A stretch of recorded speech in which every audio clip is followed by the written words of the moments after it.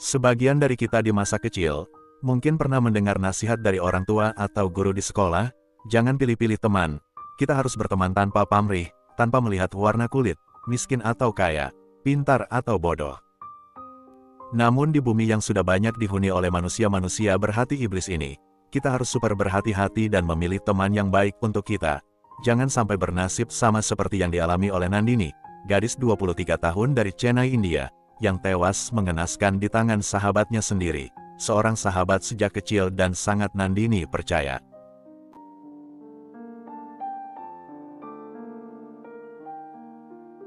Madurai adalah satu di antara kota besar yang berada di negara bagian Tamil Nadu, India, terletak di tepian Sungai Vaigai. Madurai adalah salah satu kota tertua di dunia, yang sudah dihuni manusia sejak abad keempat sebelum Masehi.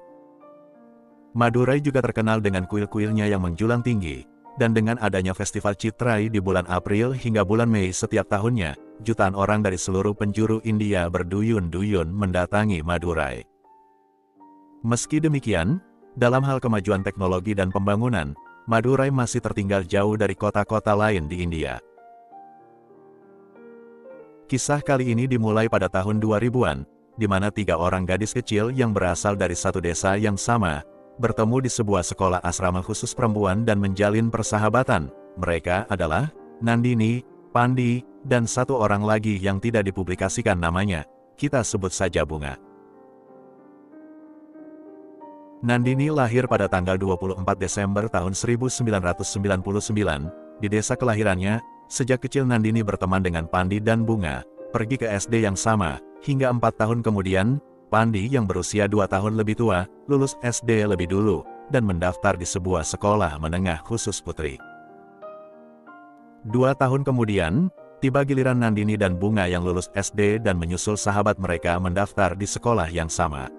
Persahabatan mereka pun berlanjut lagi, dan kini, makin dekat makin erat, karena ketiganya tinggal di asrama yang sama. Nandini, Pandi dan Bunga adalah 3 sahabat yang sangat dekat melebihi saudara. Ketika Nandini dan Bunga naik ke kelas 2 SMA, Pandi lulus lebih dahulu dan lanjut kuliah di kota Bengaluru, meninggalkan 2 sahabatnya yang masih menyisakan 2 tahun pendidikan di asrama tersebut. Namun sebelum pergi meninggalkan asrama, Pandi membuat sebuah pengakuan yang sangat mengejutkan. Kepada 2 sahabatnya, Pandi mengaku bahwa dia sebenarnya memiliki ketertarikan pada perempuan. Pandi merasa jiwanya adalah seorang laki-laki. Mendengar pengakuan tersebut, Bunga merasa tidak nyaman dan tidak mau lagi berteman dengan Pandi. Sementara Nandini tidak berkeberatan akan hal itu. Nandini meyakinkan Pandi bahwa mereka akan tetap bersahabat, akan tetap ada untuknya, tak peduli apapun preferensi seksual Pandi. Singkat cerita, persahabatan antara Pandi dan Nandini pun berlanjut via telepon dan SMS, di mana Pandi sering membagikan cerita kesehariannya sebagai mahasiswa di Bengaluru. Hingga 2 tahun kemudian, Nandini pun lulus SMA dan lanjut kuliah. Namun tak seperti sahabatnya, Nandini memilih untuk kuliah di kota Chennai dan tinggal bersama pamannya. Walaupun masih tinggal di beda kota, Nandini di Chennai, sementara Pandi di Bengaluru, namun setidaknya jarak di antara mereka lebih dekat sekarang. 2 sahabat ini berkomitmen untuk tetap menjalin komunikasi yang baik. Hampir setiap hari mereka telepon-teleponan, sesekali waktu saat libur dan ada uang, mereka akan saling mengunjungi dengan menempuh perjalanan kereta selama 7 jam. Nandini yang ke Bengaluru, atau Pandi yang ke kota Chennai. Hingga pada suatu hari di tahun 2019, dalam pertemuan mereka, Pandi mengutarakan perasaan cintanya yang terpendam selama ini kepada Nandini. Tidak jelas apakah Pandi sudah memiliki rasa itu sejak mereka masih sama-sama di asrama sekolah, atau perasaan itu baru tumbuh setelah Pandi membuat pengakuan. Namun yang pasti di hati dan pikiran Pandi, hanya Nandini seorang yang memahami dan menerima dia apa adanya. Sikap Nandini yang tetap baik sekaligus menghormati pilihannya, membuat rasa cinta Pandi tumbuh semakin besar dari tahun ke tahun. Lalu bagaimana dengan Nandini? Apakah dia juga memiliki perasaan yang sama?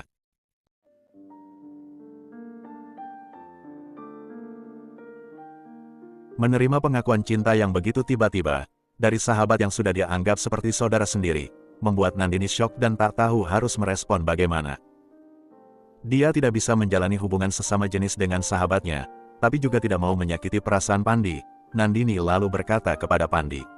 Aku juga mencintaimu, tapi sebagai sahabat dan sebagai saudara, sampai kapanpun kita akan selalu bersama, namun bukan sebagai kekasih. Aku ingin menikah suatu hari nanti, tapi dengan seorang pria. Bagaimana perempuan dan perempuan bisa menikah, dan bagaimana disebut suami istri kalau tidak ada pria di pernikahan itu? Mohon maaf Pandi, aku tidak bisa menerima cintamu, tapi aku janji, tidak ada yang akan berubah di antara kita, selamanya kita tetap sahabat. Pandi kecewa dengan penolakan itu, tapi dia berusaha untuk menerima keputusan Nandini. Dia mencoba untuk memahami kata demi kata yang diucapkan Nandini, dan ternyata, Pandi salah mengartikannya. Di pikiran Pandi, Nandini menolaknya karena dia seorang perempuan, sedangkan Nandini ingin menikah dengan laki-laki. Sejak lama Pandi merasa kalau dia adalah laki-laki, casingnya saja yang perempuan. Kesimpulannya, kalau dia berubah jadi laki-laki, Nandini pasti tidak akan menolaknya. Demi memuluskan jalannya untuk mendapatkan cinta Nandini, dan berharap besar suatu hari nanti mereka bisa menikah, Pandi memantapkan hati untuk melakukan operasi ganti klepon, maksud saya, ganti kelamin. Pandi mengutarakan niatnya kepada Nandini, tanpa menyebutkan bahwa operasi itu adalah upayanya untuk mendapatkan cinta Nandini, yang mana hal tersebut didukung oleh Nandini, karena pada prinsipnya, Nandini merasa bahwa itu adalah hidup Pandi, dan menjadi hak Pandi sendiri, mau operasi atau tidak. Nandini hanya bisa memberikan dukungan sebagai sahabat. Suatu hari nanti, Nandini akan menyesali semua simpati dan dukungan yang dia berikan kepada Pandi. Saat melakukan riset kasus ini, saya menemukan artikel yang menarik terkait operasi ganti kelamin di negara India. Mengutip dari viva.co.id, pemerintah India menggratiskan operasi ganti kelamin di rumah sakit milik pemerintah. India sendiri berada di zona abu-abu terkait isu LGBT. Sejak tahun 2014, Mahkamah Agung India menetapkan bahwa aktivitas LGBT bukanlah tindakan pidana, dan pernikahan sesama jenis tidak berakibat pada konsekuensi apapun. Secara administratif, transgender juga diakui sebagai jenis kelamin ketiga di India, namun hingga sekarang, Mahkamah Agung menolak untuk melegalkan pernikahan sesama jenis. Dengan adanya operasi gratis, banyak kaum muda India yang memanfaatkan fasilitas tersebut untuk mempertegas identitas mereka. Walaupun pemerintah sudah melonggarkan hukum dan aturan, tetap saja berbagai pihak dari kalangan agama dan masyarakat konservatif menolak untuk menerima kondisi tersebut.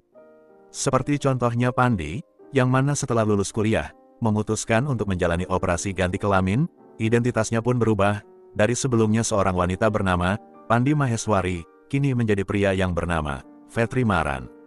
Selanjutnya saya akan menggunakan nama Vetri Maran untuk merujuk pada Pandi sahabat Nandini. Keputusannya yang melakukan operasi ganti kelamin, mendapat penolakan keras dari pihak keluarga. Dengan kata lain, Vetri sudah dibuang dari keluarganya. Dalam keterpurukannya, hanya Nandini sekeluarga yang tetap memberikan dukungan, khususnya Nandini yang selalu setia menemani setiap proses yang Pandi jalani hingga menjadi Vetri. Nandini menepati janjinya untuk tetap menjadi sahabat bagi Vetri. Tanpa dia sadari, semua kebaikan dan simpatinya itu, membuat rasa cinta di hati Vetri tumbuh semakin subur.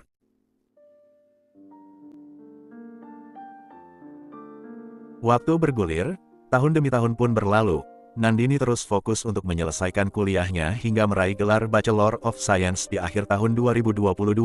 Sementara itu di Bengaluru, sambil bekerja, Vetri melanjutkan kuliahnya ke jenjang S2, dan di waktu yang tak berselang jauh, Vetri meraih gelar MBA. Nandini kemudian diterima kerja sebagai pengembang software di sebuah perusahaan IT di Chennai pada bulan April tahun 2023. Sebulan kemudian, kebetulan ada lowongan kerja di perusahaan tempat Nandini bekerja, yang mana lowongan tersebut sesuai dengan kualifikasi Vetri. Nandini memberitahu Vetri untuk melamar kerja di perusahaan itu, dan beruntungnya, Vetri diterima.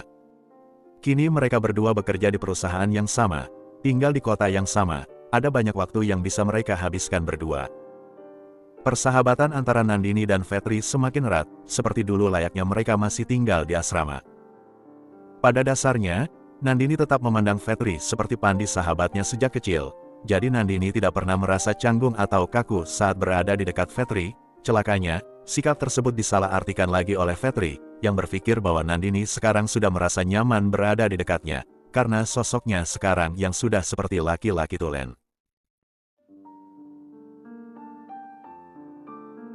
Di bulan September tahun 2023, Fetri mengumpulkan keberanian untuk menyatakan cintanya kepada Nandini sekali lagi, yang mana hasilnya tetap sama. Nandini tidak bisa menerima Fetri, yang lagi-lagi merasa kecewa, kali ini ditambah dengan rasa marah. Mengapa Nandini masih tidak bisa menerimanya walaupun dia sudah berubah menjadi laki-laki? Si Fetri alias Pandi ini, tidak mengerti konsep cinta yang sebenarnya, hasratnya kepada Nandini tak lebih dari nafsu dan rasa posesif yang tak terkendali. Walaupun wujudnya sudah menjadi laki-laki, tetap saja bukan dia orang yang ingin Nandini nikahi. Mungkin di pikiran Nandini, selama yang ori masih banyak tersedia, kenapa harus pakai yang sintetis? Penolakan yang kedua ini tidak bisa diterima Fetri dengan baik. Dia kecewa dan marah kepada Nandini. Gayung bersambut, Nandini pun merasa kalau Fetri sudah keterlaluan, memaksakan kehendak seperti itu, padahal Nandini tidak merasakan hal yang sama seperti Fetri. Keduanya mengambil jarak karena sama-sama kecewa untuk alasan yang berbeda. Kini dengan absennya Fetri dalam kehidupan pribadi Nandini, gadis itu akhirnya punya waktu untuk mengenal pria lain. Salah satu dari rekan kerjanya melakukan PDKT dan disambut oleh Nandini. Kedekatan Nandini dengan pria tersebut terpantau oleh Fetri, karena walau masih perang dingin, bagaimanapun, mereka bekerja di kantor yang sama. Hal itu pun membuat Fetri cemburu.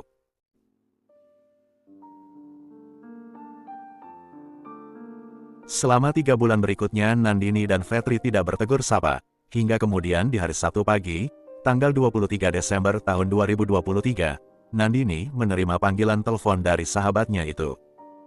Fetri berkata bahwa dia minta maaf atas pertengkaran mereka tempo hari, kemudian berjanji tidak akan lagi mengungkit masalah perasaannya dan selamanya mereka hanya akan menjadi sahabat. Nandini, yang entah karena terlalu baik atau naif, menerima permintaan maaf Fetri dan setuju untuk melupakan pertengkaran mereka tempo hari, karena sejatinya Nandini menganggap Fetri sudah seperti saudaranya sendiri. Kebetulan besok tanggal 24 Desember yang bertepatan dengan hari ulang tahun yang ke-24 untuk Nandini, sebagai permintaan maaf, dia mengajak Nandini untuk jalan-jalan di hari itu. Sudah lama mereka tidak menghabiskan waktu bersama, jadi Fetri mengusulkan supaya hari itu mereka main sepuasnya dari siang hingga malam. Tak lupa Fetri juga berkata bahwa dia sudah menyiapkan hadiah kejutan spesial untuk Nandini. Selang tak berapa lama, Fetri tiba di rumah paman Nandini. Berdua mereka berboncengan menggunakan motor Fetri menuju sebuah mall, di mana Fetri mentraktir Nandini untuk membeli sebuah pakaian yang gadis itu pilih. Dari mall, mereka makan siang, kemudian pergi ke sebuah kuil untuk berdoa. Setelahnya mereka pergi ke sebuah panti asuhan dan memberikan donasi, hingga tak terasa, hari mulai gelap. Namun Fetri dan Nandini belum berencana untuk mengakhiri keseruan mereka di hari itu. Fetri lalu mengajak Nandini pergi ke suatu tempat, berkata bahwa dia sudah menyiapkan hadiah kejutan spesial untuk Nandini di sana. Nandini menurut, karena dia bersemangat ingin segera tahu hadiah kejutan spesial apa yang menantinya di sana. Ternyata Fetri membawa Nandini ke sebuah rumah kosong yang berada di desa Ponmar, 32 km dari kota Chennai. Tiba di tempat sepi itu, Fetri meminta Nandini untuk menutup matanya, tanpa menaruh curiga sedikit pun. Nandini menurut karena berpikir Fetri akan mengeluarkan hadiah untuknya. Namun bukan hadiah yang dikeluarkan Fetri, melainkan sebuah kayu yang dia hantamkan ke kepala Nandini. Gadis itu pun ambruk tak sadarkan diri. Kesempatan itu digunakan Fetri untuk mengikat kaki dan tangan Nandini menggunakan rantai. Nandini tidak tahu berapa lama dia tak sadarkan diri, namun dia bangun dari pingsannya saat merasakan perih di bagian leher dan pergelangan tangannya. Sambil menahan rasa sakit, Nandini memohon kepada Fetri untuk melepaskannya, tapi pria abal-abal itu tidak peduli dengan tangis dan rintih kesakitan Nandini. Di menit berikutnya, Fetri mulai menyiram tubuh Nandini menggunakan bensin, lalu menyalakan api. Dalam sekejap tubuh Nandini terbakar, Fetri langsung tancap gas meninggalkan lokasi itu, dan di waktu yang sama, dua warga lokal yang berada tak jauh dari sana, melihat kepulan asap keluar dari sebuah bangunan kosong. Respon pertama mereka adalah berlari ke arah bangunan itu karena berpikir telah terjadi kebakaran. Namun saat sudah berada di dekat tempat tersebut, mereka mendengar suara perempuan yang menjerit minta tolong. Dua pria warga lokal ini segera memadamkan api yang melahap tubuh Nandini, dan upaya mereka berhasil. Salah satu dari mereka lalu pergi dari lokasi itu dan kembali lagi bersama petugas polisi. Nandini sudah dalam kondisi yang parah. Luka di leher dan di pergelangan tangannya tidak terlalu dalam. Namun hampir sekujur tubuhnya mengalami luka bakar yang parah. Sembari menunggu ambulans datang, polisi bertanya, apa ada nomor telepon keluarga atau kerabat yang bisa dihubungi? Alih-alih menyebutkan nomor telepon orang tua atau pamannya, Nandini kemudian menyebutkan nama dan nomor telepon Vetri Maran.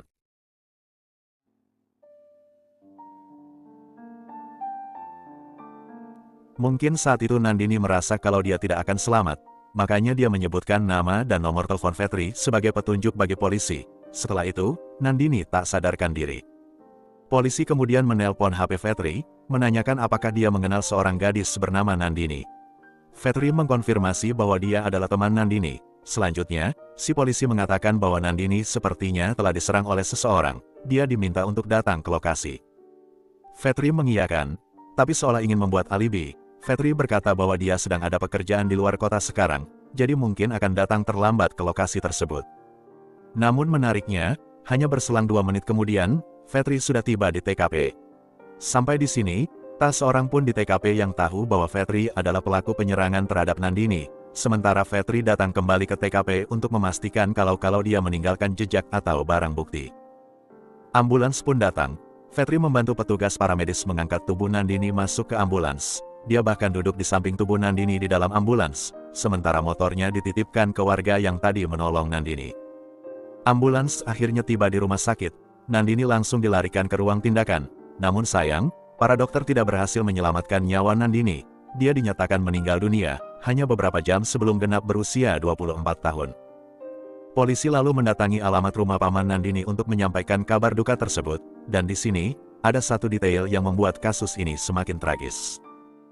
Tiba di rumah paman Nandini, polisi tidak hanya bertemu dengan si paman, melainkan juga dengan orang tua Nandini.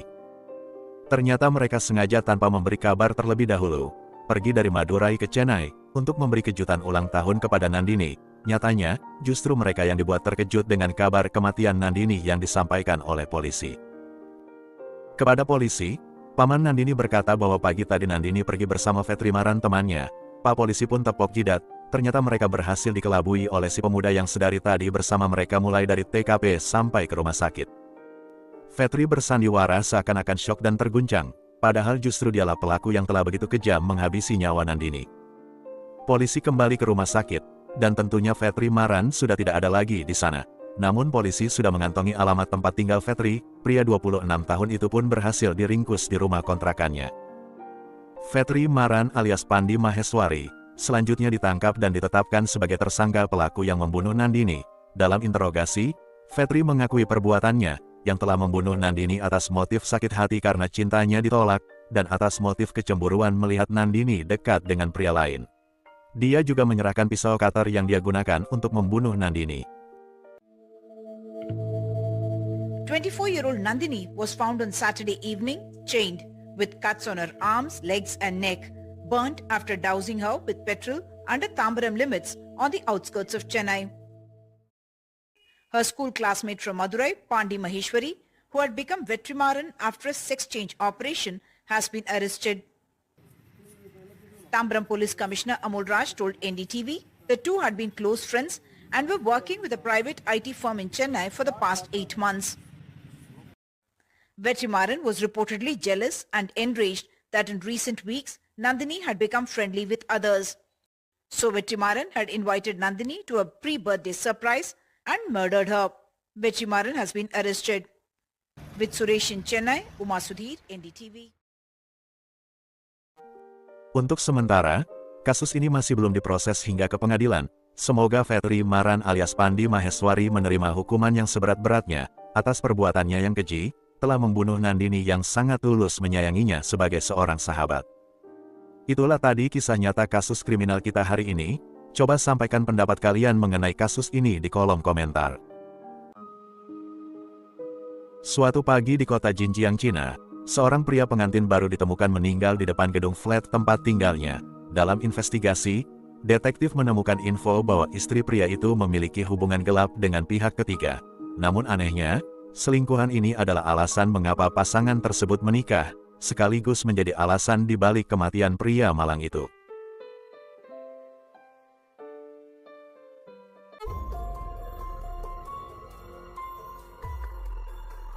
Pagi hari di tanggal 17 Maret tahun 2010, seorang petugas kebersihan sedang melakukan tugasnya di sebuah kompleks hunian yang berada di kota Jinjiang, Provinsi Fujian, Cina. Tiba-tiba matanya membelalak ketika melihat sesosok tubuh pria tergeletak di jalan. Kondisi pria itu sangat mengenaskan, terbaring menghadap tanah di atas genangan darahnya sendiri. Si petugas kebersihan ini langsung menghubungi pihak berwajib. Beberapa menit kemudian, polisi pun datang ke TKP, di mana mereka menemukan seorang pria tertelungkup dengan darah yang menggenang di sekitar kepalanya. Bagian belakang kepalanya nyaris tidak berbentuk lagi. Wajahnya pun sudah tidak bisa dikenali. Dari bahu hingga ke pinggang, nyaris tidak ada lagi tulang yang utuh. Siapapun orang yang melakukan pembunuhan ini, sepertinya memiliki dendam kesumat yang sangat dalam, sampai-sampai mampu melakukan perbuatan yang sangat kejam dan brutal seperti ini. Pada tubuh korban, polisi menemukan sebuah dompet yang berisi beberapa lembar uang ratusan yuan. Polisi menarik kesimpulan awal bahwa kasus pembunuhan ini tidak bermotif perampokan. Selanjutnya, di dompet itu, juga ditemukan kartu identitas korban, dengan nama Zhu Peng. Zhu Peng adalah pria berusia 25 tahun dan terkonfirmasi memang penghuni bangunan flat tersebut. Dia baru menikah dan pindah bersama istrinya ke pemukiman itu sekitar 6 bulan yang lalu. Jasad Zhu Peng langsung dievakuasi ke rumah sakit sementara polisi mendatangi unit tempat tinggal korban bersama istrinya yang bernama Liu Boliang. Namun wanita itu sepertinya tidak ada di rumah. Seorang tetangga memberi keterangan bahwa tadi malam sekitar jam 3 dini hari, dia terbangun dari tidur karena mendengar suara gaduh. Namun setelah didengar lebih seksama suara itu tidak terdengar lagi. Jadi dia berpikir mungkin dia hanya bermimpi. Hasil pemeriksaan forensik nantinya juga menyatakan bahwa korban diperkirakan sudah meninggal sekitar 3 hingga 4 jam sebelum dia ditemukan. Artinya, Zhu Peng memang diserang sekitar jam 3 dini hari. Tak lama kemudian, seorang wanita turun dari mobil dan menghampiri polisi. Dia adalah Liu Boliang, istri korban. Boliang memberikan penjelasan bahwa dia baru pulang dari rumah sakit. Menurut wanita 24 tahun itu, tadi malam sekitar jam 2 dini hari, dia mengalami sakit perut yang luar biasa, jadi dia meminta suaminya untuk mengantarnya ke rumah sakit. Namun Zhu Peng malas untuk bangun dan berkata, nanti pagi saja ke rumah sakitnya. Karena kesal, Boliang akhirnya pergi sendiri ke rumah sakit. Boliang mengaku setelah itu dia tidak tahu apa yang terjadi. Mungkin suaminya merasa bersalah dan bermaksud menyusulnya ke rumah sakit, makanya dia bawa uang tunai yang cukup banyak. Polisi lalu bertanya, apakah mereka bertengkar sebelumnya? Yang dijawab oleh Boliang, tadi malam dia memang marah kepada Zhu Peng, tapi mereka tidak bertengkar karena dia langsung buru-buru keluar dan pergi ke rumah sakit. Liu Boliang sangat lancar menjawab satu persatu pertanyaan yang diajukan polisi, dan semua jawabannya bisa dibilang cukup masuk akal. Namun ada satu hal yang mengganggu benak polisi. Mengapa Boliang terlihat sangat tenang di situasi seperti ini? Dari TKP mereka pergi ke rumah sakit tempat jasad Zhu Peng dievakuasi. Lagi-lagi di sini Boliang terlihat sangat tenang, nyaris tanpa ekspresi ketika melihat jasad suaminya di kamar mayat. Sebagai pengantin yang baru menikah selama 6 bulan, Boliang sama sekali tidak sedih, menangis, apalagi terguncang. Polisi kemudian melakukan cross-check ke rumah sakit yang disebutkan oleh Boliang sebelumnya. Pihak rumah sakit tersebut menerangkan bahwa tadi malam, mereka tidak menerima pasien yang bernama Liu Boliang. Kebohongan pertama wanita ini terbongkar. Sementara itu di lain tempat, polisi berhasil mendapatkan rekaman CCTV pintu keluar gedung tempat tinggal Zhu Peng dan Boliang. Hasilnya mengungkap kebohongan lain dari wanita itu. Boliang terekam keluar dari kawasan itu pada jam 3 dini hari. Bukan pada jam 2 seperti keterangannya tadi. Seorang petugas keamanan memberi keterangan bahwa Boliang saat itu tidak sendirian di dalam mobil, melainkan berdua bersama seorang pria berambut cepak. Keterangan Boliang terbukti tidak sinkron. Polisi kemudian menangkap wanita itu dan membawanya ke ruang interogasi. Tak butuh waktu lama, Liu Boliang langsung membuat pengakuan bahwa dia memang terlibat dalam pembunuhan suaminya. Tapi dia mengaku bahwa bukan dia yang membunuh Zhu Peng, melainkan kekasihnya yang bernama Hou Xiu.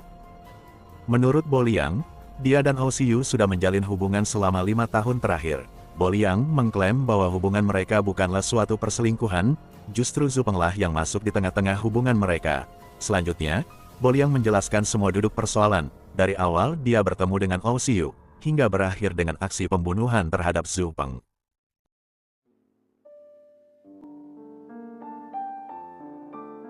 Mundur ke tahun 2005, Boliang baru lulus SMA dan melanjutkan pendidikannya ke universitas. Sebagai hadiah untuk babak baru dalam hidupnya, sang ayah memberinya hadiah sebuah laptop. Liu Boliang adalah gadis pendiam pemalu dan termasuk Cooper. Alih-alih keluyuran dan bersenang-senang dengan teman-teman kuliahnya, Boliang lebih suka menghabiskan waktu berjam-jam di depan laptop, menulis blog atau ngobrol dengan teman dunia maya yang dia kenal melalui media sosial. Suatu hari, seorang pemuda dengan nama pengguna September mengajaknya kenalan. Boliang menerima permintaan pertemanan dari September dan menganggapnya tak lebih hanya sebagai salah satu teman dari dunia maya. Namun dari hari ke hari, mereka semakin sering berkomunikasi, tak hanya via chat, tapi berlanjut ke pesan teks dan panggilan telepon. Entah mengapa Boliang sangat nyaman dengan si September ini, yang kemudian mengaku bahwa namanya adalah Oh Siu. Oh Siu mengaku bahwa umurnya 25 tahun, berasal dari kota Dalian Provinsi Liaoning, sudah lulus kuliah dan bekerja di perusahaan pelayaran. Poin pertama, Oh Siu sudah bekerja dan cukup mapan, satu nilai plus di mata Boliang, tapi bukan hal itu yang membuat Boliang nyaman terhadap Oh Siu. Pria ini sangat sopan dan penuh perhatian, setiap kali mereka ngobrol via chat maupun telepon-teleponan, Oh Siu selalu memperhatikan tiap detail dalam percakapan mereka. Berbeda dengan pemuda-pemuda lain yang sering Boliang jumpai di dunia maya, Oh Siu tidak pernah bicara kotor atau mengarah-arah ke obrolan seks. Benar-benar pemuda idaman bagi Boliang. Hanya saja, setelah hampir 1 tahun berkomunikasi, mereka belum pernah sekalipun bertemu tatap muka. Jadi Boliang akhirnya menyimpulkan, Oh Siu adalah pria sempurna yang hanya bisa dia miliki di dalam dunia hayalan saja. Perlahan-lahan, Boliang pun mulai mengambil jarak. Oh Siu rupanya paham akan keresahan gadis ini. Suatu hari di tahun 2006, tiba-tiba dia menelpon Boliang dan berkata bahwa dia sudah ada di depan kampus gadis itu. Boliang sangat bahagia. Ternyata pemuda idamannya mengambil cuti beberapa hari dan menempuh perjalanan jauh ribuan kilometer dari Dalian ke Jinjiang hanya untuk menemuinya. Mereka menghabiskan waktu dan menciptakan momen-momen bahagia selama 3 hari. Dan selama 3 hari itu juga, rasa kagum dan rasa sayang Boliang tumbuh semakin besar terhadap Oh Siu. Perasaan gadis itu tentunya berbalas positif dari pihak Oh Siu. Singkat cerita, mereka pun sepakat untuk menjalin hubungan, walaupun untuk sementara, cinta mereka terpaut jarak ribuan kilometer. Hari ke hari, bulan ke bulan, dan pada tahun-tahun berikutnya, mereka secara rutin bertemu. Setiap kali ada libur panjang atau hari kejepit nasional, Oh Siu akan datang ke Jinjiang untuk bertemu kekasihnya. Bahkan mereka sering pergi liburan berdua, mendatangi tempat-tempat wisata di dalam maupun keluar kota. Setiap kali mereka berlibur, Oh Siu dan Boliang menginap di hotel, tidur di kamar dan di ranjang yang sama. Namun ajaibnya, walaupun Boliang sudah pasrah-pasrah saja, tak sekalipun Oh Siu menyentuh dan mengajaknya berhubungan badan. Menurut pemuda itu, dia sangat menjunjung tinggi nilai keperawanan di malam pertama. Alhasil, makin kecintaanlah si Boliang ini kepada Oh Siu. Lompat ke tahun 2009, Liu Boliang sudah menyelesaikan studi S1 dan usianya sudah mendekati angka 24. Orang tuanya yang sangat tradisional, mendesak Boliang agar segera menikah dan jangan sampai jadi perawan tua. Entah mengapa, Boliang tidak pernah mengenalkan atau memberitahu orang tuanya tentang keberadaan Oh Siu yang hampir 4 tahun dia kenal. Yang pasti, Boliang menyampaikan desakan pernikahan itu kepada kekasihnya. Mereka sudah sama-sama lulus kuliah. Boliang berumur 24 tahun dan Oh Siu 29 tahun, sudah cukup umur, kenal dan pacaran selama 4 tahun, maka sudah sewajarnya kalau Boliang menanyakan kelanjutan atau masa depan dari hubungan mereka. Alih-alih menerima proposal atau lamaran pernikahan, Boliang malah menerima pesan teks dari Oh Siu, yang berkata bahwa dia ingin mengakhiri hubungan mereka. Oh Siu berkata bahwa ada masalah di tubuhnya, dan Boliang selamanya tidak akan menjadi seorang ibu kalau mereka menikah. Boliang berasumsi mungkin kekasihnya mengidap penyakit tertentu, mungkin dia mandul atau bermasalah dengan kesuburan, atau kemungkinan terburuknya, otongnya Oh Siu gak balik lagi setelah ditampol. Boliang buru-buru ngetok meja komat kamit amit-amit. Tapi apapun itu masalahnya, Boliang membalas bahwa dia tidak keberatan dan mau menerima Oh Siu apa adanya. Tidak masalah kalaupun mereka tidak punya keturunan, mereka bisa adopsi anak nantinya, atau ya sudah berdua saja sampai tua tidak apa-apa, asalkan mereka menikah dan bersama selamanya. Oh Siu menjawab lagi bahwa dia sudah membuat keputusan, hubungan mereka berakhir sampai di sini saja. Pupus sudah harapan Boliang untuk hidup bahagia bersama cinta pertamanya. Selama 6 bulan berikutnya, Boliang bekerja di sebuah perusahaan kecil, sambil mencoba untuk melupakan Oh Siu. Di waktu yang sama, Orang tua Boliang semakin gencar mendesaknya untuk segera menikah. Boliang menyerahkan masalah jodoh dan pernikahan ini kepada orang tuanya. Di hatinya cuma ada satu nama. Kalau dia tidak bisa menikah dengan Oh Siu, siapapun pria yang dipilih orang tuanya tidak masalah. Boliang cuma minta satu hal, asal jangan nikahkan dia sama Kiwil. Istri Bang Kiwil sudah banyak. Singkat cerita, melalui proses pencomblangan, Boliang dijodohkan dengan seorang pemuda yang bernama Zhu Peng. Pria ini sudah bekerja dan 1 tahun lebih tua. Karakternya juga baik. Orang tua Boliang menyukai Zhu Peng. Begitupun sebaliknya, orang tua Zhu Peng langsung menerima Boliang untuk menjadi menantu mereka. Pada bulan September tahun 2009, Zhu Peng dan Liu Boliang melangsungkan pernikahan.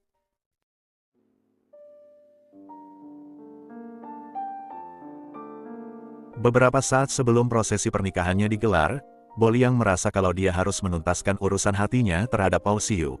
Gadis itu menulis pesan teks dan berkata bahwa dia akan menikah sebentar lagi. Terima kasih untuk masa lalu dan masa-masa bahagia. Sekarang dia akan menutup semua kenangan dan memulai lembaran baru bersama pria yang akan menjadi suaminya. Namun mengejutkan, tahu-tahu Oh Siu membalas, "Begitu mudah kau melupakan semua yang kita lewati bersama. Begitu mudahkah aku kau lupakan? Baiklah, kalau kau memang sudah memulai hidup baru, mungkin sudah saatnya hidupku berakhir." Sontak Boliang panik menerima balasan pesan teks itu. Dia langsung mencoba untuk menelpon Oh Siu, khawatir kalau pria itu berbuat nekat, namun nomor HP Oh Siu tidak bisa dihubungi. Di menit-menit terakhir sebelum resepsi pernikahannya dimulai, Boliang menelpon kantor polisi kota Dalian dan melapor bahwa sepertinya Oh Siu berusaha untuk berbuat nekat. Polisi mendatangi alamat yang disebutkan oleh Boliang, dan benar saja, mereka menemukan Oh Siu terkapar dalam kondisi tak sadarkan diri. Oh Siu dilarikan ke rumah sakit dan nyawanya berhasil diselamatkan. Meski demikian, Boliang tidak membatalkan pernikahannya, sudah terlambat untuk berubah pikiran, dan kalau dia batal menikah dengan Zhu Peng, orang tuanya pasti akan marah dan kecewa. Setelah menikah, pasangan suami istri ini pindah ke flat yang dihadiahkan orang tua Zhu Peng. Tapi hidup sebagai pengantin baru tidak membuat Zhu Peng dan Boliang bahagia, karena si istri selalu menolak untuk disentuh oleh suaminya sendiri. Jangan sentuh aku! Jangan sentuh aku! Aku jijik! Aku jijik sama Mas! Di hati dan di pikiran Boliang hanya ada Oh Siu, dia tidak rela menyerahkan tubuh dan keperawanannya untuk Zhu Peng. Setelah insiden di malam sebelum resepsi pernikahannya, Boliang dan Oh Siu menyambung kembali komunikasi dan hubungan mereka. Oh Siu minta maaf telah mengakhiri hubungan mereka dulu, dan mengaku bahwa dia tidak mampu kalau harus hidup tanpa cintanya. Di lain pihak, Boliang juga bahagia karena ternyata pria itu masih sangat mencintainya. Alhasil, Boliang dan Oh Siu diam-diam menjalin hubungan rahasia di belakang Zhu Peng.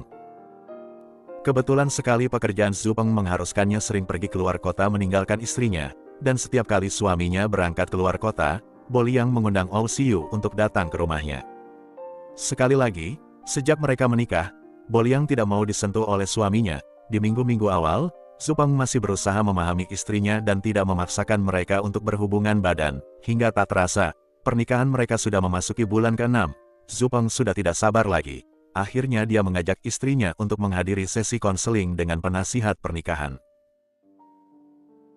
Keputusan Zhu Peng yang melibatkan orang luar dalam urusan ranjang mereka, membuat Boliang marah. Wanita ini merasa dipermalukan oleh Zhu Peng. Kejadian itu pun dia ceritakan kepada Oh Siu. Dia sudah tidak tahan lagi hidup serumah dengan Zhu Peng. Boliang ingin bebas dari pernikahan itu, tapi untuk bercerai, ada banyak hal yang perlu dia pertimbangkan. Di titik ini, Oh Siu sudah setuju untuk menikah dengan Boliang, namun mengingat pernikahannya yang baru seumur jagung, Boliang tidak bisa membayangkan kemarahan orang tuanya kalau dia tiba-tiba bercerai. Kegalauan di hati Boliang semakin semrawut dengan gosokan dari Oh Siu, yang berkata bahwa Zhu Peng hanya memanfaatkan tubuh Boliang supaya melahirkan anak untuknya. Menurut Oh Siu, Zhu Peng sama sekali tidak mencintai Boliang. Benar-benar repot hidup Boliang ini, dia punya suami dan sudah menikah selama 6 bulan. Di waktu yang sama, dia juga ada kekasih yang sudah dia kenal sejak 5 tahun yang lalu. Namun hingga sekarang, dia masih perawan.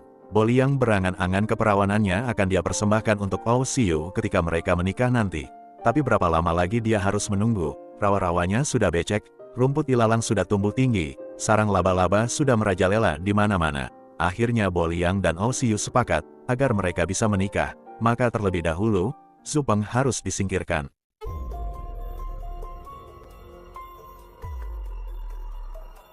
Sore hari di tanggal 16 Maret tahun 2010, Boliang menjemput OCU di stasiun kereta api dengan mobil rental yang sudah dia siapkan sebelumnya. Mereka menyiapkan senjata yang akan digunakan, dan membahas detail rencana untuk menghabisi nyawa Zhu Peng. Sekitar jam 9 malam, Boliang dan OCU tiba di parkiran kawasan tempat tinggal Boliang dan Zhu Peng. Boliang selanjutnya naik ke flatnya dan bersikap biasa saja, sementara OCU menunggu di dalam mobil dengan tenang. Dini hari menjelang jam 3 di tanggal 17 Maret tahun 2010, Boliang berkata pada suaminya bahwa perutnya sangat sakit dan minta dibelikan obat. Zhu Peng segera mengambil dompetnya berniat untuk pergi ke apotek membeli obat. Ketika dia berjalan di parkiran, Zhu Peng tidak sadar kalau ada seseorang yang mengikutinya dari belakang. Tanpa perlawanan sedikit pun, Zhu Peng menerima pukulan demi pukulan tongkat besi yang dilayangkan oleh orang di belakangnya. OCU terus memukuli Zhu Peng entah berapa puluh kali, sampai dia yakin bahwa Zhu Peng sudah tak bernafas lagi. OCU menelpon Boliang untuk segera turun. Pasangan jahanam ini kemudian masuk ke mobil dan meninggalkan tubuh Zhu Peng terkapar penuh genangan darah di parkiran. Zhu Peng sudah berhasil disingkirkan. Di bayangan OCU dan Boliang, tak lama lagi mereka akhirnya bisa menikah dan hidup bahagia bersama.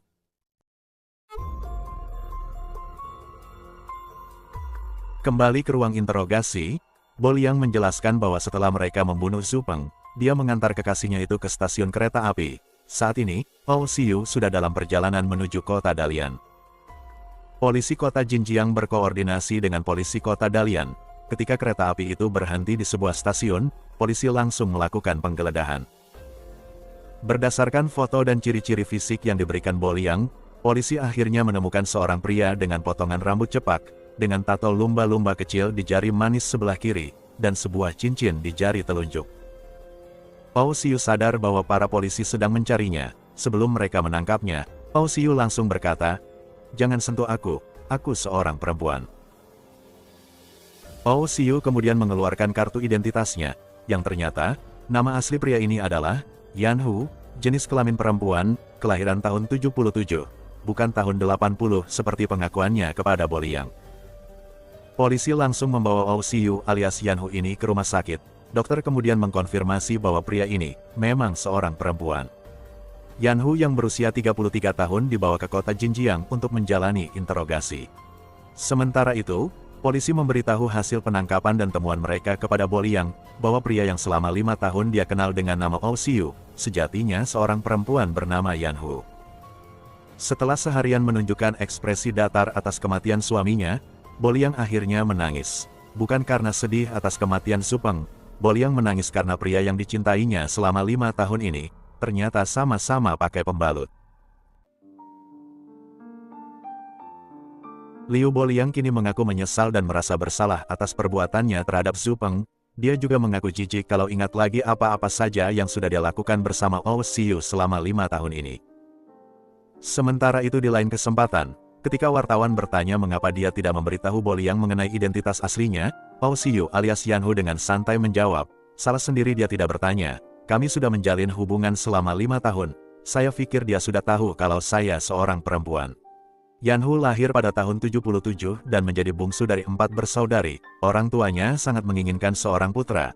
Tapi setelah Yan Hu lahir, dokter berkata bahwa ibu Yan Hu sudah tidak boleh hamil lagi. Terlalu berbahaya bagi sang ibu dan bayi yang dikandungnya nanti.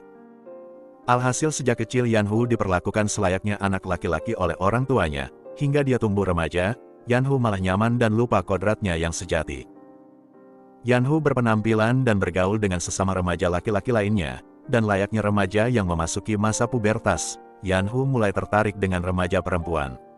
Sejak remaja sampai dewasa, Yan Hu selalu tertarik dengan tipe-tipe gadis seperti Boliang yang lugu, pendiam, dan feminim. Pada bulan Oktober tahun 2010, Pengadilan Menengah Fujian menggelar sidang kasus pembunuhan Zhu Peng. Sungguh aneh sekaligus lucu. 2 orang yang sudah 5 tahun menjalin hubungan, bersumpah setia untuk saling mencintai selamanya. Di hadapan hakim, mereka saling menuding satu sama lain dan saling melempar kesalahan terkait siapa yang lebih bersalah dalam kematian Zhu Peng. Secinta-cintanya mereka satu sama lain, mereka ternyata lebih cinta diri sendiri dan berusaha untuk bisa lolos dari hukuman mati. Kembali ke sidang kasus pembunuhan Zhu Peng, Hakim Pengadilan Menengah Fujian akhirnya menjatuhkan vonis hukuman mati bagi keduanya.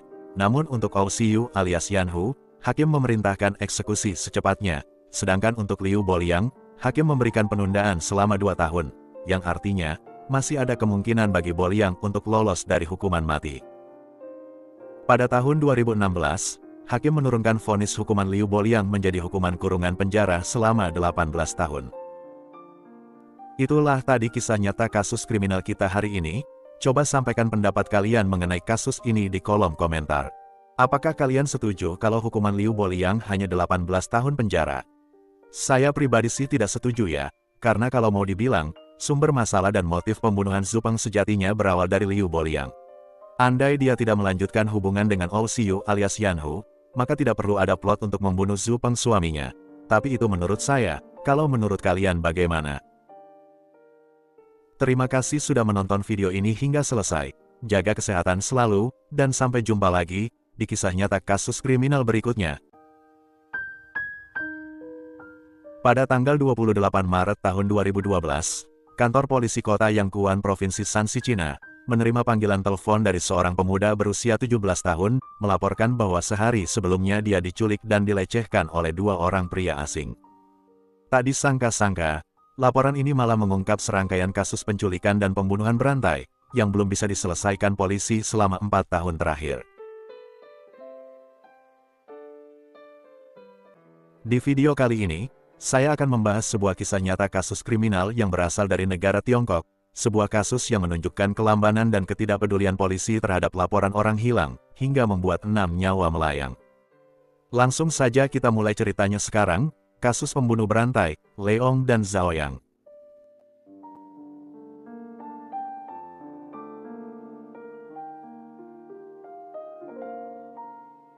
Dini hari, di tanggal 28 Maret tahun 2012, di kota Yangkuan Provinsi Shanxi, Cina, Yang, pemuda berusia 17 tahun, baru saja menyelesaikan shift kerjanya di sebuah restoran lalu pulang ke kosannya. Merasa perutnya masih lapar, Yang keluar lagi untuk membeli makanan. Dalam perjalanan pulang ke kosan, Yang melihat ada 2 pria berdiri di sisi sebuah mobil. Mungkin mobil mereka mogok, pikir Yang, kemudian berjalan biasa saja melewati 2 orang itu. Namun saat mereka berpapasan, tiba-tiba saja salah seorang dari pria itu menodongkan pisau ke arah Yang, sementara pria satunya lagi menyemburkan semprotan merica hingga membuat Yang tak berdaya, tak bisa melihat dan panik. Detik berikutnya, Yang sudah diseret masuk ke dalam mobil. Mereka berkendara selama 2 jam hingga berakhir di sebuah unit apartemen. Tiba di dalam apartemen, 2 pria ini menelanjangi Yang, memandikannya, mengikatnya, dan menjadikannya sebagai objek pemuas nafsu bejat hingga matahari terbit. Yang sempat tak sadarkan diri akibat dari pelecehan itu, menjelang sore dia terbangun, masih dalam keadaan terikat.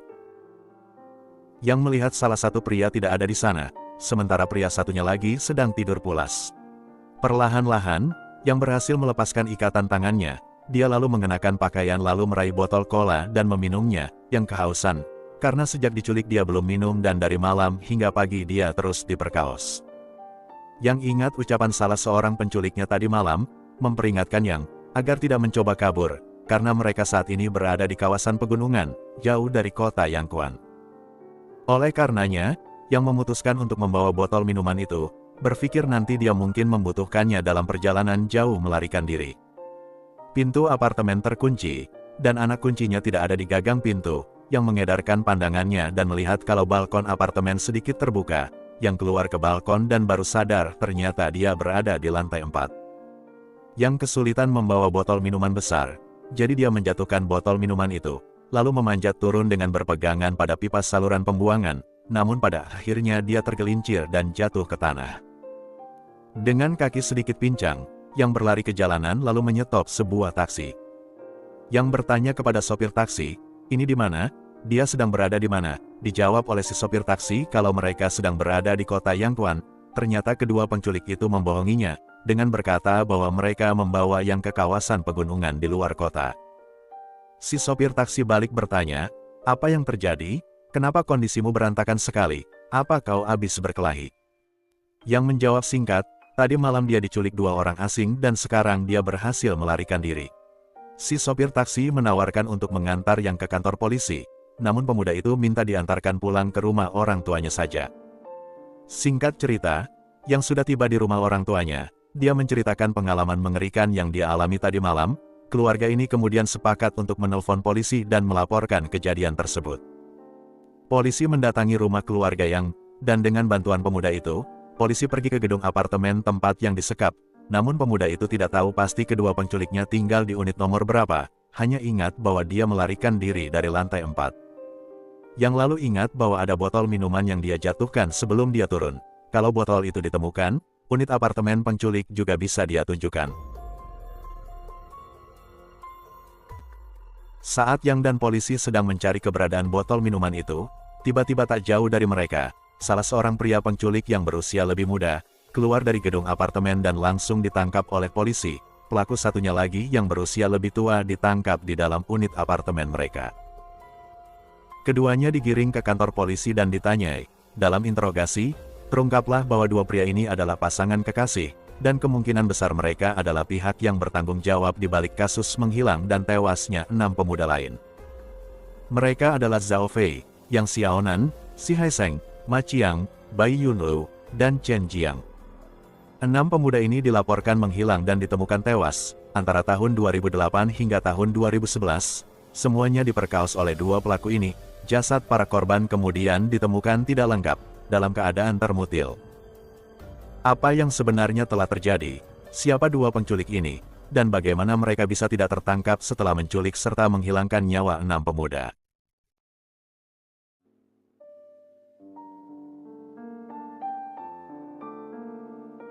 Yu Zuoyang, lahir pada tahun 1984, lulus SMA, pemuda 18 tahun ini mulai magang di sebuah pabrik kimia di Yangquan, di mana dia dibimbing oleh seorang mentor berpengalaman berusia 34 tahun, Leong Ying, yang lahir pada tahun 1968 dan juga berasal dari Yangquan. Leong lebih tua 16 tahun daripada Yu. Dalam hal pekerjaan maupun pribadi, Leong memberikan perlakuan khusus terhadap Yu, yang tumbuh besar tanpa orang tua. Awalnya, Yu merasa nyaman karena ada orang dewasa yang memperhatikannya. Namun lama-kelamaan, situasinya menjadi miris saat Leong mulai menyentuh Yu secara tidak pantas, meraba dan memegang bagian intim pemuda itu. Termasuk juga suatu malam, Leong datang ke asrama Yu, mengajak pemuda itu berhubungan badan, seraya mengancam, kalau Yu menolak, Yu akan diberhentikan dari pabrik tempat dia bekerja. Walaupun merasa dilecehkan, Yu tetap mengunci mulutnya, karena merasa nanti akan sulit mendapat pekerjaan di tempat lain. Pelecehan yang dilakukan Leong terus berlanjut di malam-malam berikutnya. Namun anehnya, lama-kelamaan Yu jadi terbiasa dan malah welcome dengan semua perbuatan Leong terhadap dirinya. Kalau Leong tidak datang ke kamarnya, Yu akan mencari pria itu. Lambat laun, Yu masuk ke dalam jurang rasa sayang tidak wajar. Yu Zuoyang bukanlah satu-satunya korban Leong saat itu. Tapi di antara semua pemuda yang didekati secara tidak pantas, hanya Yu satu-satunya yang menerima dan malah mencintai Leong setelah jadi korban pelecehan, sementara korban lain lebih memilih untuk diam dan menjauh, lagi-lagi takut kalau pekerjaan mereka terancam. Selama bertahun-tahun, Leong menyalahgunakan posisinya di pabrik sebagai teknisi senior, untuk melecehkan para karyawan magang yang rata-rata berusia 18 tahun. Hingga akhirnya pada tahun 2003, beberapa korban sepakat untuk melaporkan perbuatan Leong ke manajer dan polisi. Leong ditangkap, diadili, dan dihukum selama 4 tahun penjara, atas kejahatan pelecehan seksual dan pelecehan terhadap remaja di bawah umur. Selama Leong berada di penjara, Yu Zuoyang pindah kerja ke sebuah perusahaan konstruksi dan menikah. Yu sepertinya sudah melanjutkan hidup, tapi ternyata, diam-diam dia rutin mengunjungi Leong di penjara. Leong kemudian bebas pada tanggal 16 Agustus tahun 2007. Usianya sudah 39 tahun dan berstatus pengangguran. Yu meninggalkan istrinya dan bersatu lagi dengan Leong, melanjutkan cinta mereka yang sempat tertunda, hidup bersama di sebuah unit apartemen. Kembali ke kasus penculikan dan pemerkosaan terhadap Yang, di tahun 2012, Pengadilan Rakyat Yangquan menggelar sidang perkara Leong Ying dan Yu Zuoyang pada tanggal 10 Juli tahun 2013.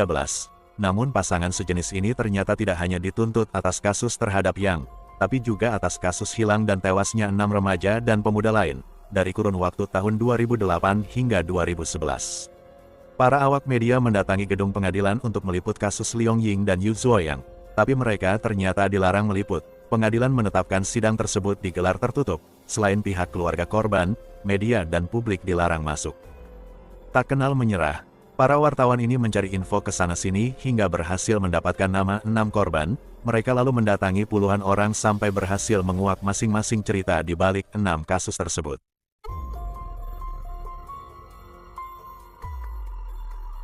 Leong dibebaskan dari penjara pada bulan Agustus tahun 2007. 6 bulan kemudian, siang hari di tanggal 17 Februari tahun 2008, dia bertemu dengan korban pertamanya, Zhao Fei. Leong menghampiri remaja 16 tahun itu tak jauh dari sekolahnya, di mana Leong mengaku bahwa dia dikirim oleh salah seorang guru Zhao Fei untuk memberi pelajaran tambahan pada siswa SMA itu. Zhao Fei yang polos percaya-percaya saja dan menurut saat diajak ke apartemen Leong, setiba di sana, bukannya belajar, Leong malah mengajak Zhao Fei untuk bermain kartu bersama Yu Zuoyang. Setiap kali ada yang kalah, maka hukumannya adalah membuka salah satu pakaian. Sesuai rencana pasangan itu, Zhao Fei kalah terus. Satu persatu pakaiannya terpaksa dia buka, hingga menyisakan celana dalam saja. Di kekalahan berikutnya, Zhao Fei menolak untuk membuka celana dalamnya. Leong dan Yu langsung memegangi dan mengikat tubuh, kaki dan tangan remaja itu, lalu melakukan hal yang mengerikan terhadap Zhao Fei. Selama beberapa hari selanjutnya, pasangan homo ini menyekap, menyiksa, dan melecehkan Zhao Fei, hingga mereka puas dan bosan. Leong menggunakan bantal, membekap wajah Zhao Fei hingga remaja itu pun tewas kehabisan nafas. Tubuh Zhao Fei lalu dimutil, dan dibuang ke beberapa lokasi. Pada tanggal 10 April tahun 2008, potongan tubuh manusia ditemukan di saluran sungai kecil.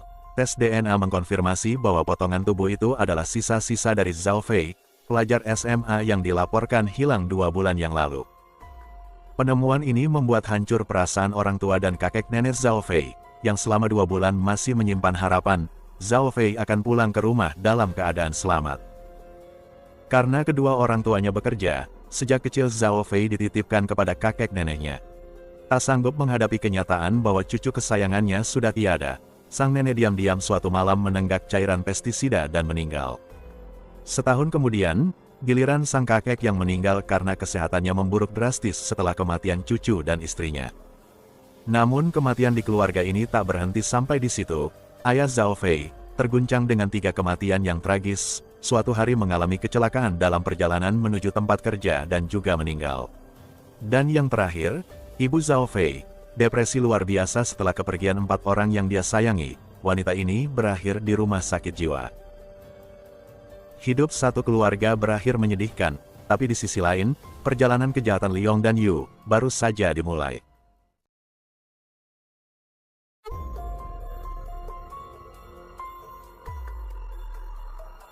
Enam bulan setelah Zhao Fei dilaporkan menghilang, pada tanggal 7 Agustus tahun 2008, sekitar jam 8 malam, Leong mengundang salah satu kenalan untuk datang ke apartemennya, seorang pemuda berusia 20 tahun bernama Yang Xiaonan.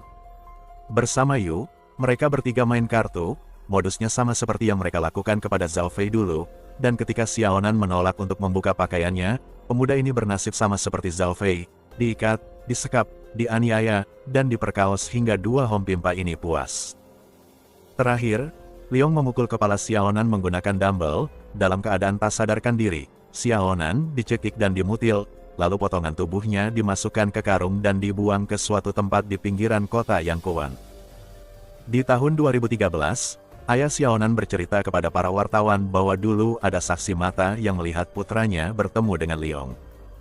Mereka mencurigai Leong sebagai orang yang bertanggung jawab di balik menghilangnya Xiaonan, dan keluarga ini pun melapor ke polisi. Namun apanya, walaupun sempat diinterogasi, polisi menetapkan bahwa tidak ada bukti maupun petunjuk kuat untuk menetapkan Leong Ying sebagai tersangka. Pria 40 tahun ini pun dibebaskan.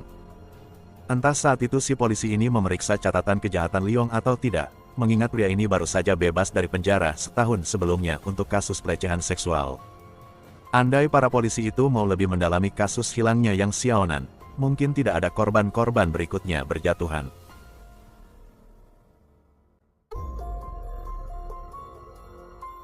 Mungkin karena sudah sempat dicurigai dan diinterogasi, Leong dan Yu menahan diri untuk sementara waktu. Setahun kemudian, mereka beraksi lagi.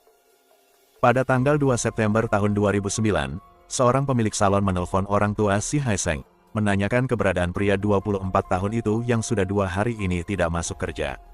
Si Haiseng sejatinya sudah tidak tinggal bersama orang tuanya lagi dan ngekos di dekat salon tempat kerjanya. Berita ini tentunya mengejutkan sang ibu yang menerima telepon dari si pemilik salon. Dia tidak tahu Haiseng ada di mana. Ibu Haiseng cemas, karena tak biasa putranya menghilang tanpa memberi kabar. Haiseng selalu cerita kepada sang ibu kalau dia sedang memiliki masalah. Setelah mencari ke berbagai tempat selama beberapa hari, orang tua Haiseng mendatangi kantor polisi terdekat, melaporkan putra mereka hilang sejak tanggal 30 Agustus tahun 2009. Polisi yang menerima laporan itu mengatakan bahwa mereka tidak punya cukup bukti untuk menetapkan si Haiseng sebagai orang hilang, jadi polisi sama sekali tidak melakukan pencarian atau investigasi. 3 hari kemudian, orang tua Haiseng mendatangi kantor polisi kota Yangpuan, dan membuat laporan orang hilang lagi. Tapi laporan itu bernasib sama, tidak ada tanggapan atau tindak lanjut dari polisi. Menurut polisi, anak muda sudah biasa seperti itu, main dan menghilang selama beberapa hari, nanti juga akan pulang sendiri. Merasa sedih, kecewa dan frustasi, orang tua Haiseng mengerahkan kerabat dan teman-teman untuk membantu mencari putra mereka.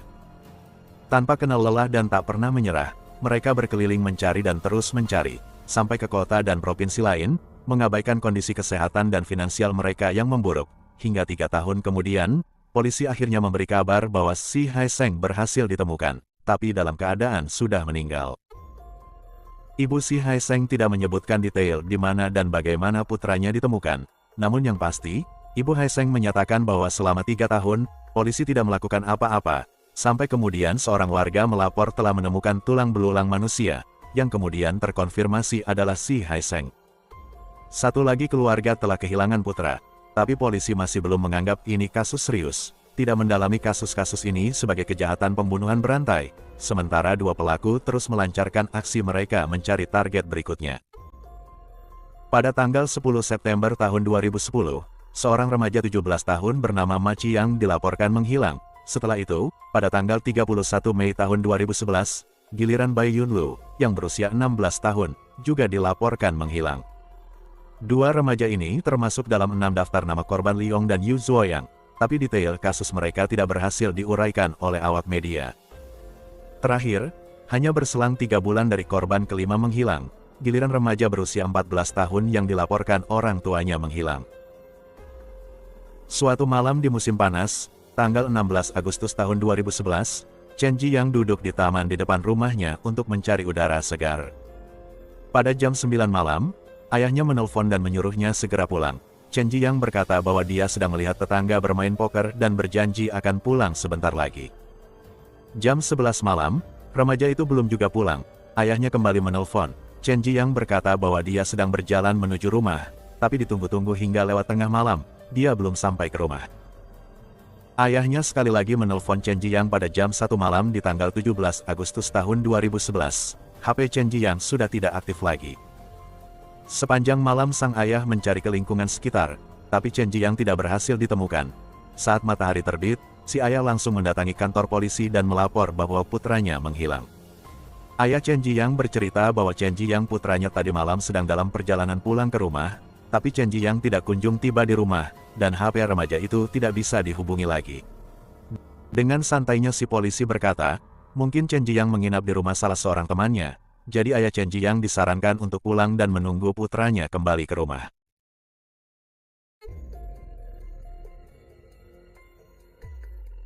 Meski polisi menyarankannya untuk menunggu di rumah, ayah Chen Jiyang tidak puas dan memutuskan untuk mencari putranya sendiri.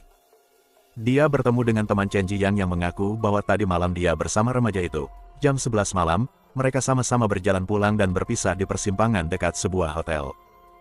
Ayah Chen Jiyang segera bergegas ke hotel itu, meminta izin kepada petugas keamanan untuk melihat rekaman CCTV tadi malam, dan berhasil menemukan bagian di mana Chen Jiyang tersorot kamera CCTV. Pria ini lalu mendatangi kantor polisi dan berkata bahwa putranya sempat terekam kamera CCTV sebuah hotel, tapi polisi menolak untuk menindaklanjuti temuannya itu.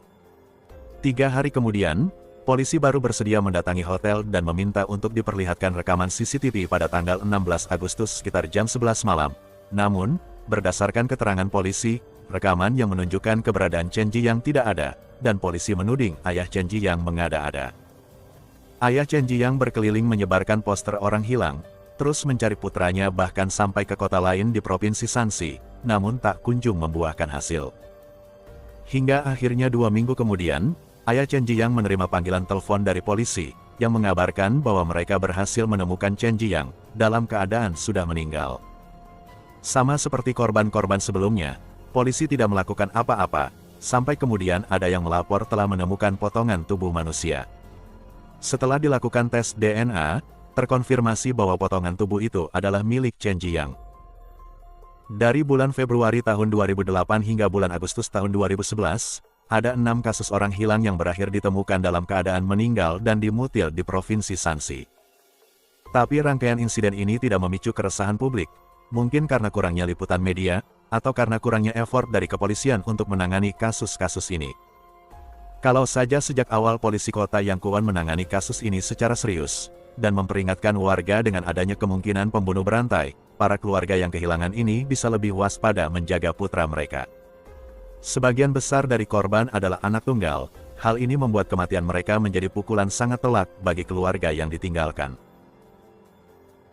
Kembali ke tahun 2013, Liong Ying dan Yu Zuoyang ditetapkan bersalah atas 6 pembunuhan, pelecehan seksual, pemerkosaan, penculikan, dan perusakan jenazah.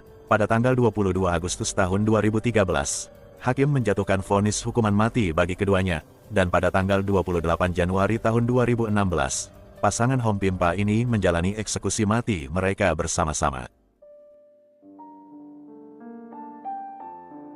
Itulah tadi kisah nyata kasus kriminal kita hari ini. Coba sampaikan pendapat kalian mengenai kasus ini di kolom komentar. Terima kasih sudah menonton video ini hingga selesai. Jaga kesehatan selalu, dan sampai jumpa lagi di kisah nyata kasus kriminal berikutnya.